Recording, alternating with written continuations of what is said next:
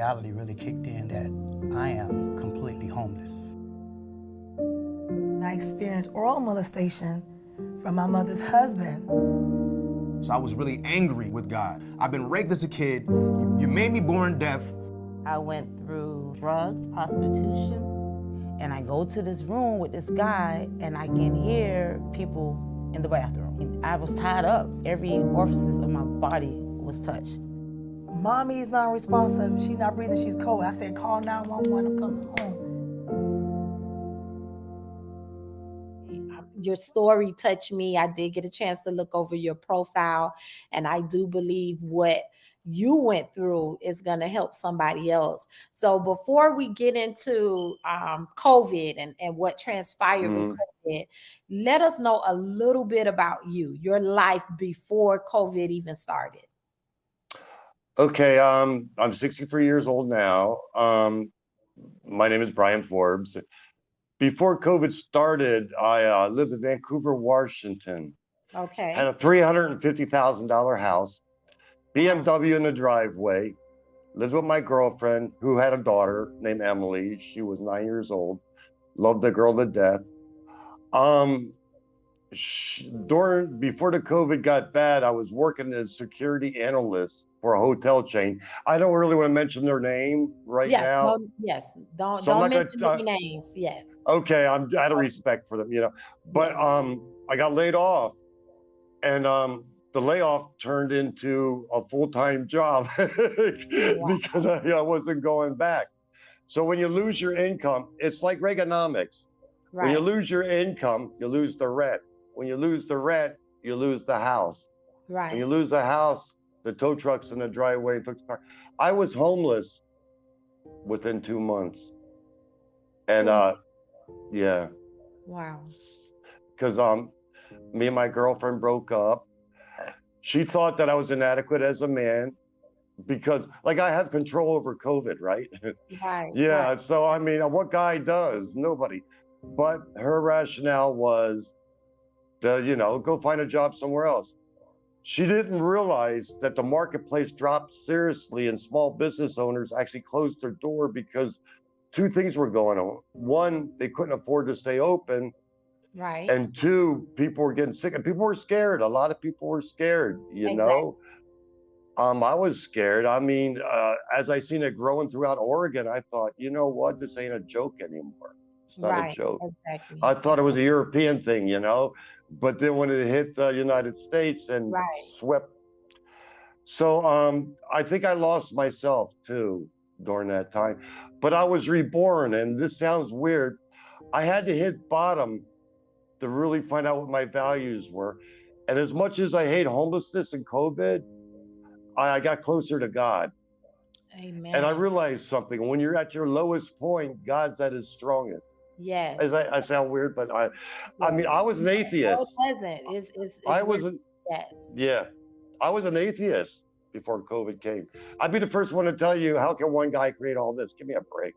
And I would just challenge you on it. And then when I'm laying in a sleeping bag under a tree in the dead of winter, getting rained on, you start evaluating things, I could have hated God. I could have said, hey, look, you know what? You're a caring God. But I realized that I've been to the mountain. I had everything. Right. And I realized that sometimes to enjoy success, you have to deal with failure. Yes. Yes. Listen, Brian, I feel, even while you're talking, I can feel just the pain, that you went through. But there, as you said, there is a blessing, in that, because you did find God. I want to go back to first found out you had COVID, and I know during that time, and I'm being honest, I was petrified. I was so afraid. I was afraid of taking the test, honestly, because when I looked at how long that Q-tip was, and I was like, they're sticking it to your brain. They're sticking it to your brain. So I'm telling you, I was just petrified. But it became one point, and if we can remember in 2020, as we watched the numbers and as we watched the media show how the nursing homes were cleaned out, how people, and how every time you went on social media, somebody had passed away. It just became overwhelming. Go back to the day that you found out that your test was positive, and what was your experience having COVID? Well, it was like a bacterial infection. I don't know if you ever, like, it's like your system shuts down. You're weak. Your eyes are red and sometimes yellowish. The breathing is heavier. Your activities are so limited now because you feel drained. And then you realize you're closer to death than you ever been before. That was my mindset. I said, I'm 63. I'm going to die from something that started in Europe. And I mean, I thought I'd die in my sleep, being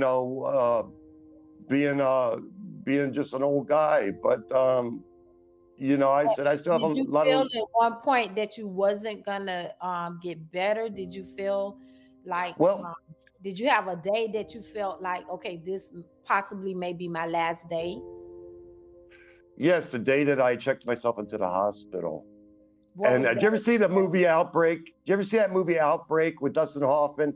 They're all wearing their space suits, Yes, and they're coming up to you like you're from another planet.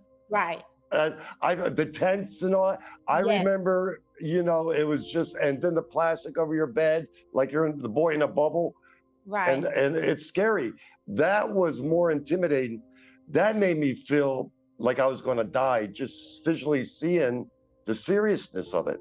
Right. I thought this ain't the flu where you can snap out of it. Right. 16 days. All right, 16 days.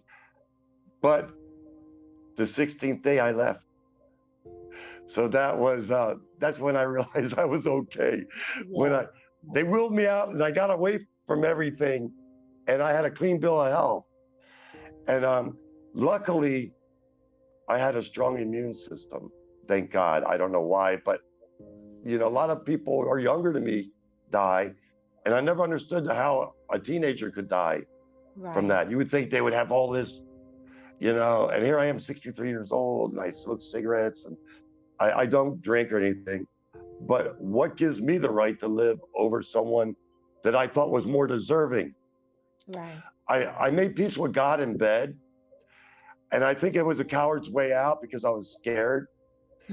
I don't think my heart was in it all the way, but people, they try to cling on to hope and stuff in order to think that they have a chance to maybe survive. And I just wanted to know that I was going to go to a better place than where I was at the time. But like the knock on wood, I made it though. I made it. Amen. And we thank God for that. Amen. Thank you. Thank you. On the 16th day, when they wheeled you, from the hospital, when did you actually become homeless? Was you homeless before you contracted COVID, or was it a domino effect after? Okay. While this sounds really, I don't know if it was me. While I was in the hospital, my roommate got COVID. And they quarantined the house. This is true. They quarantined the house, and she didn't go to the hospital, but I couldn't go back to the house. See what I mean? Because she had COVID. I just came. I mean, it's like two ships could crash, And automatically, I had to go to Walmart and get a sleeping bag. And that's when it hit me that I could be in a warm bed tonight, but I have to find a place to lay my head outdoors. And that was the worst feeling. So you actually had to be outside, outdoors. You had that whole experience of living outside for a year. So I heard you say you went from a house of $350,000, having what you said, a BMW, in the driveway. Now you're outside. I mean, psychologically, where are you now? What are you thinking? How are you feeling, as a man? Like, for someone that might be watching right now that may have experienced everything that you experienced, but they're stuck. Maybe they haven't found hope or peace. What can you say to them right now that will help them navigate through that? What you just said, you said hope. Mm-hmm. You have to believe in yourself. You have to believe that this is not God's plan, that you're going to be laying outside for the rest of your life and you're going to die. You have to believe that things will get better. You have to just be patient. You got to look. It's not going to happen overnight. Trust me. The government stepped in and saved me. That's what happened. But I had to spend a year being homeless.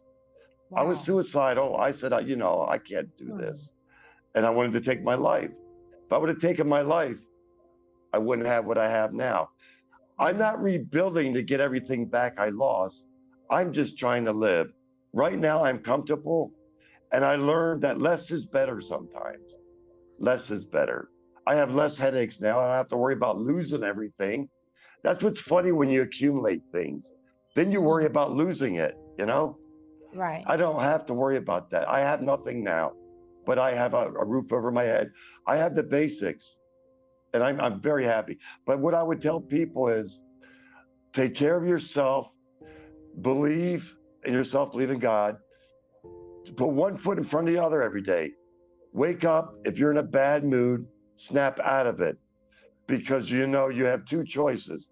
You can roll over or you can get busy living, you know? So I like to get busy living.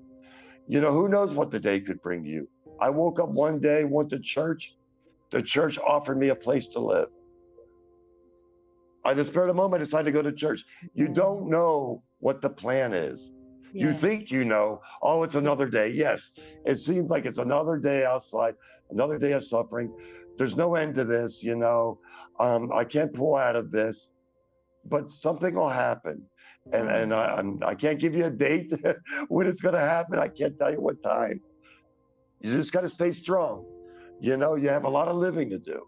Yes. Life's a beautiful thing. There's a lot of things out there, you know, and I love to taste life. And I can't taste life if I'm 6 feet under. Sorry. Where was your family and friends? That's because when you look at going through something like that, you look for somebody, you know, that's gonna really say, you know what, you're going through a tough time. You know, I got your back. You know, I'm here for you. You know, how do an established person, you know, go to being homeless, and the family and the friends, you know, where are they at this time? Non-existent. First, I never had, my family all died when I was younger of cancer, of different forms of cancer. I'm actually the last of the Mohegans in my family. So Wow. that part, I know I miss them all, but that part I don't have to worry about. Let me tell you what happens when you hit bottom.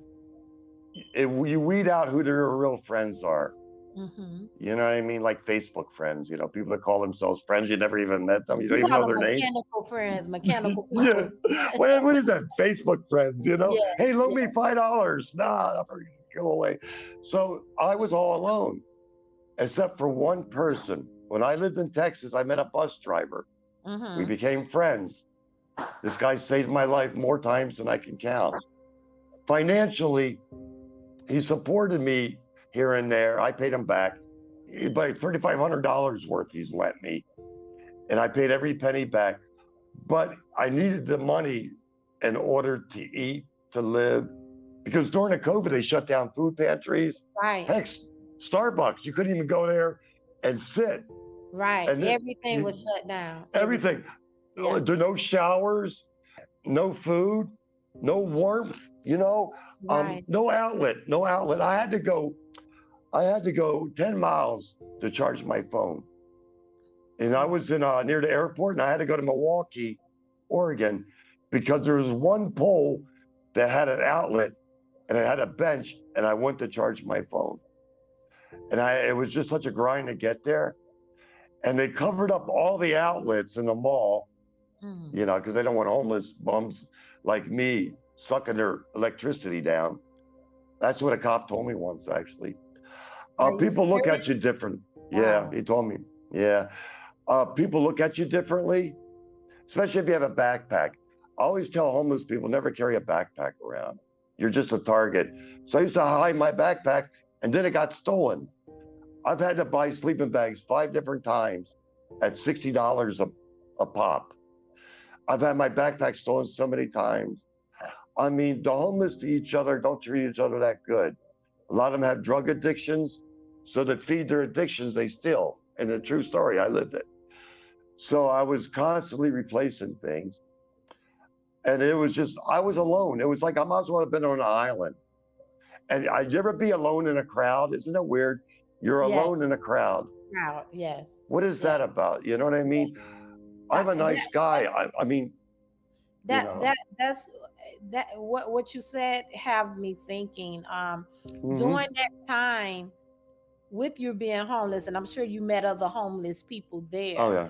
What were you able to, because you're still strong-minded, even though that you went Mhm. through that, you was, still in your right mind, you Right. still had your right senses.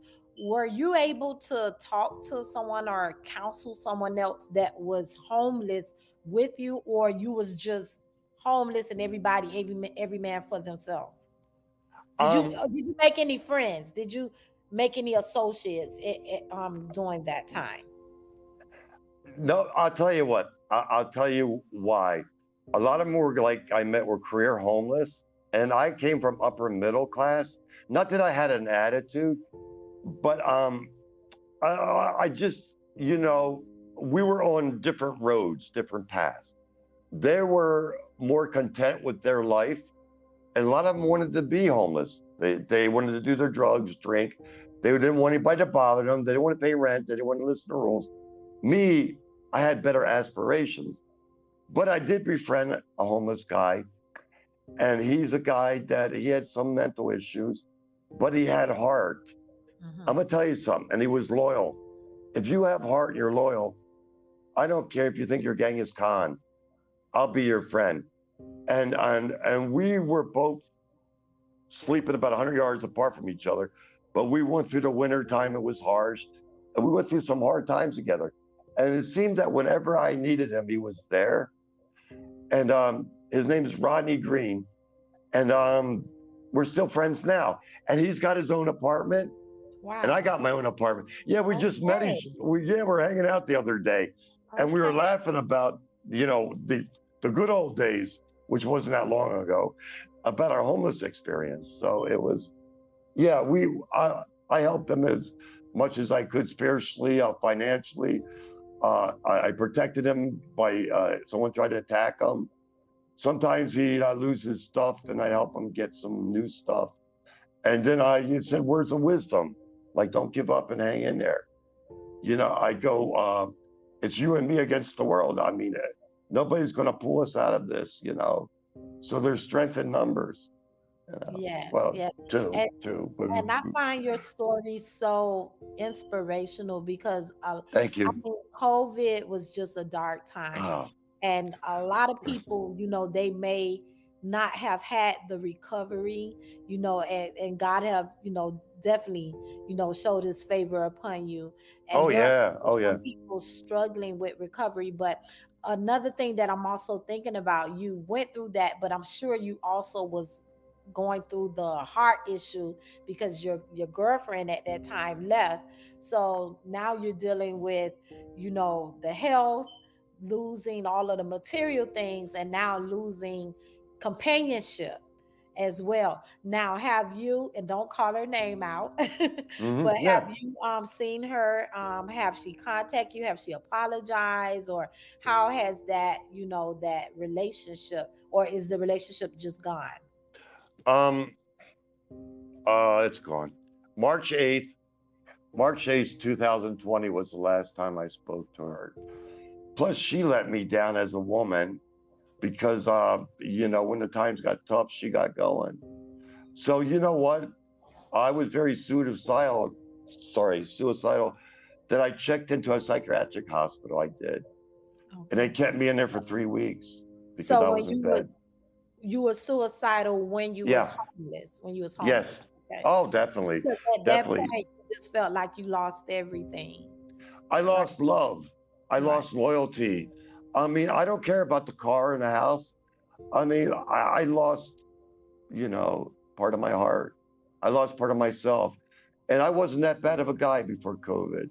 Now I'm kind of like just pieces of what I was, remnants of what I used to be. And I got hard inside. I don't want to be hard inside. I want to be soft. I had to get tough, and I don't want to be tough. I don't. I'm a pussycat. I just don't want to be tough. But you know what? People can make you that way sometimes. Life Yeah. can make you that way. What You know. advice would you give someone right now that maybe have lost a relationship because of, COVID and the challenges that went on, with them losing jobs or different things? What advice would you give someone right now that's watching you right now? Well, first off, I would tell them that you didn't lose anything because it wasn't meant to be. You Okay. know, sometimes we need tough times to see what a person can, if a person will stand behind you. So obviously, this person's not right for you, which opens the door for you to meet someone that is right. Mm-hmm. And never think about taking your life too. I have to say this right now. Um, you know, your life is so special and so beautiful. And no matter how low you think of yourself, there's someone out there that loves you, you know? Yes, yes. And sometimes it takes you to get to a place of death, just to really Right, appreciate life, right, Sure you felt that, in the hospital that, hey, I want to live, So right. this is your story is touching, Brian. Thank You you. you seem to be a great guy, and I'm Uh, just happy good. that you was able to make a recovery. So now Thank that you. COVID is over, what what goals that you have now? Like what's on the agenda for Mr. Brian? Well, I'm going to have a game show and you'll be my first guest. No, I'm Okay, joking. Spin the wheel. okay, No, I'm just playing with you. I got my passport a okay, couple weeks ago. My dream, and I thought about this when I was laying in a hospital bed. I thought I was dying. I said, I've never been to Europe. I said, okay. heck, I haven't even been to Canada.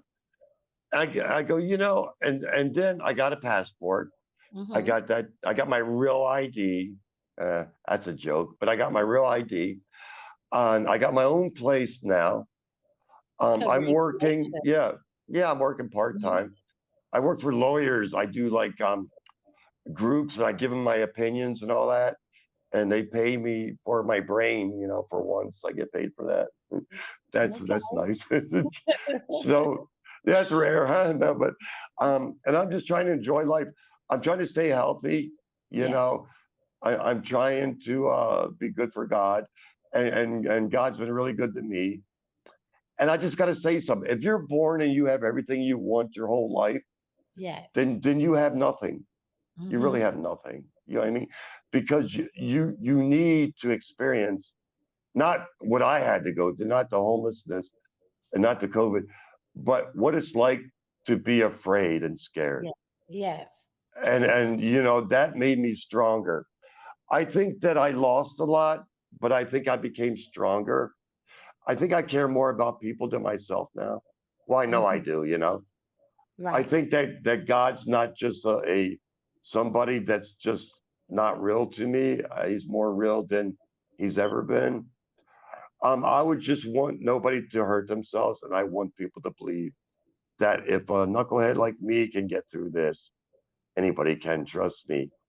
And I you know became a better person. Now I can help people. I Yeah. work with abused women now, and I do volunteer work. So I'm into giving more than getting. That's what my story Awesome. is. Awesome. Awesome. Thank It you. sounds like you have taken your misery and made it your ministry. And that's what That's it sounds right. Thank like. you. Very Yes. good. Yes. Very good. Yes. You know, when Well, they give you a lemon, you know the old thing. When they give you a lemon, make make lemonade. lemonade. Right? That's right. That's right. Truly, it is an honor, and I'm Thank just you. so happy to have shared these moments with you. It's Same a here. pleasure meeting you, and your life story is just an inspiration to show Thank you. anyone that's watching. I don't care how far you may drop or if you hit rock bottom, you can get up again, and that's Right. I see someone that got up again and that's about to live, that's about to travel and paint the world. About the journey. That it's about the journey. And sometimes not about if you're successful, it's about the journey, what it took to get you there. Plus, Yes, never stop fighting. When you stop fighting, then you gave up on everything. Yes. No one said that life is going to be a cakewalk. Yes. Sometimes, life throws you a curve. Nobody saw the COVID coming. And then when they did see it coming, I mean, we had to deal with it. Mm-hmm. And, let's just hope that we all get through this safe and healthy.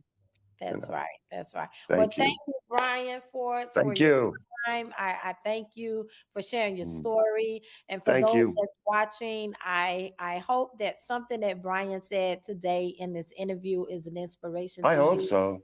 And I I just hope I want to can help. encourage Yeah. you. Yes, I'm sure someone is encouraged that you don't have to give up. You can continue because guess what? Right.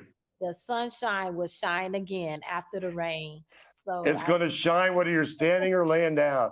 And I that's prefer vertical. that's right. Wait, what's horizontal? Which one is vertical? Yeah. Okay. Yes, yes. Thank you. Okay, Brian, thank you so much for You're being welcome.